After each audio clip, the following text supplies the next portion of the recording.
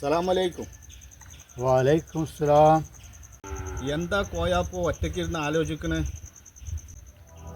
ഒന്നുമില്ലടാ മൂസക്കുട്ടിയെ, പഴയ കാര്യങ്ങൾ ആലോചിച്ചതാണ്. ഇജ്ജ് പഴയ കാര്യമൊന്നും ആലോചിക്കണ്ട. ഇജ്ജ് ഒരു കല്യാണം കഴിക്ക്, അപ്പൊക്കെ ശരിയാവും. ആഗ്രഹം ഇല്ലാഞ്ഞിട്ടല്ല മൂസക്കുട്ടിയെ, ഞാൻ മാത്രം ആലോചിച്ചിട്ട് കാര്യമില്ല. എന്താ ചെയ്യുക? ആഗ്രഹിച്ചിട്ട് കാര്യമില്ല എന്ന് എന്താ പറയാനുള്ള കാരണം? മക്കൾ സമ്മതിക്കൂലേ? അതെ, ഇനി ഞാൻ കല്യാണം കഴിച്ചാൽ മക്കളുണ്ടായാൽ മക്കൾക്ക് മുതൽ നഷ്ടപ്പെടും. ആ പേടിയാണത്. സ്വത്തും പണം മുതലും എനിക്ക് ഇഷ്ടമാതിരിയുണ്ട്. പിന്നെ എന്തിനാ ഇജ്ജ് മക്കളെ പേടിക്കണേ? ബാപ്പാനെ കൊണ്ട് പെണ്ണെട്ടിക്കാനും മക്കൾ മുന്നിലേക്ക് ഇറങ്ങണ്ട മൂസക്കുട്ടിയ. അത് ശരി, ഞാൻ എൻ്റെ മക്കളെ കണ്ടൊന്ന് സംസാരിക്കട്ടെ. എൻ്റെ കുടുംബങ്ങളൊക്കെ മക്കളോട് സംസാരിച്ചതാണ്, പക്ഷെ അവർ കേട്ടില്ല. ഇജ്ജൊന്ന് പറഞ്ഞു നോക്ക്. ശരി എന്നാൽ, അസ്സലാമലൈക്കും. വലൈക്കും സ്ലാം.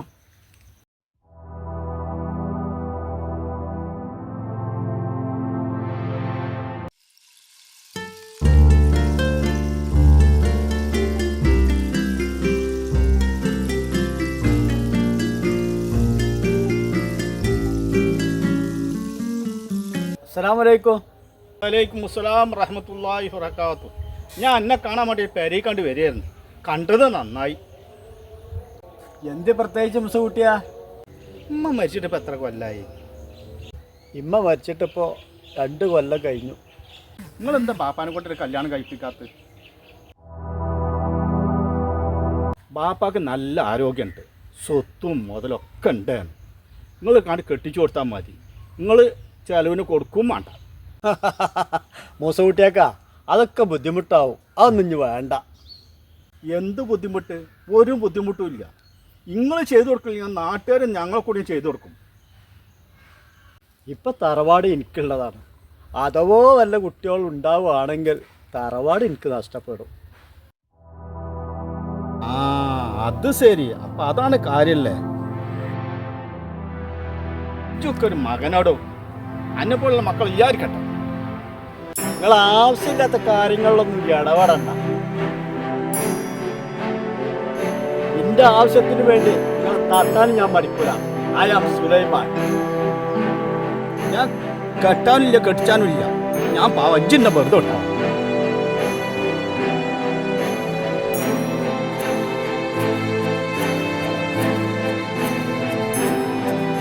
ഞാൻ തട്ടിക്കളയെന്ന് പറഞ്ഞപ്പോൾ അയാൾ പേടിച്ചിക്കണ്.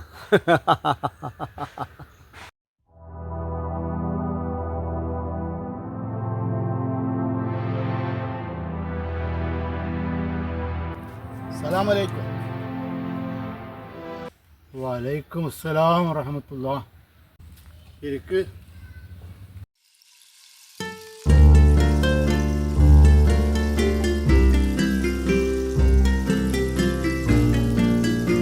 നിന്റെ മക്കളെ കണ്ട് സംസാരിച്ച മൂസക്കുട്ടിയെ?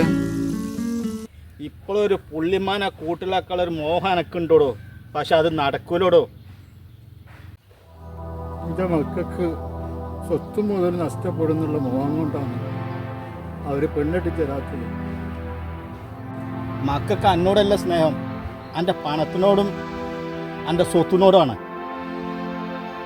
അതൊക്കെ ഇപ്പം എനിക്ക് മനസ്സിലായി. ഇന്നെ വല്ല വൃദ്ധസദനത്തിൽ കൊണ്ടാക്കോ എന്നുള്ളതാണ് എനിക്ക് പേടി. എൻ്റെ മക്കളെ വിശ്വസിക്കാൻ പറ്റൂല. എനിക്ക് പെണ്ണിട്ട് ചെന്നാൽ എൻ്റെ മക്കൾ ഇന്നെ തട്ടിക്കളെന്ന് എന്നോട് പറഞ്ഞു.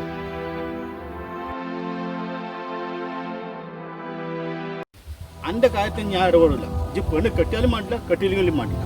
ഞാൻ പോവാം. ഇജ്ജ് പോകല്ല മൂസക്കുട്ടിയെ. എൻ്റെ മക്കൾ വന്ന പ്രശ്നം അന്നെ ഒന്നും അവർ ചെയ്യൂല. ആ കാര്യത്തിൽ ഇജ്ജ് പേടിക്കണ്ട. പോയാപ്പോ എൻ്റെ മക്കൾ കൊണ്ട് മല്ലിടാനുള്ള ആരോഗ്യം എനിക്കില്ല. സൂക്ഷിച്ച് ജീവിച്ചോ.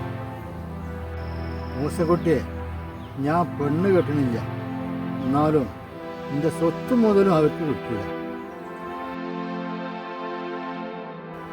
ഞാൻ എനിക്കൊന്ന് കേൾക്കണം. ബാപ്പാനെ സ്നേഹിക്കാത്ത മക്കൾക്ക് ബാപ്പാൻ്റെ സ്വത്ത് മുതലും വേണ്ട.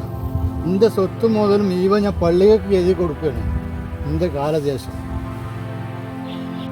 പാപ്പാനെ മക്കൾക്ക് വേണ്ടെങ്കിൽ ബാപ്പാൻ്റെ സ്വത്തും മൂലം മക്കൾക്ക് വേണ്ടടോ അതന്നെ ശരി.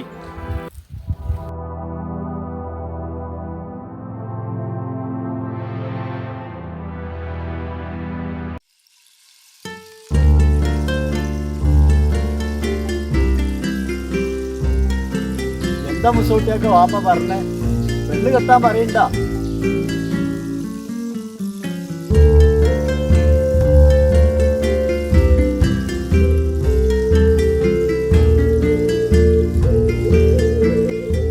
വാപ്പാനോട് ചെയ്തത് തെറ്റായി പോയി എന്നുള്ള കാലഘട്ടം എനിക്ക് വരും.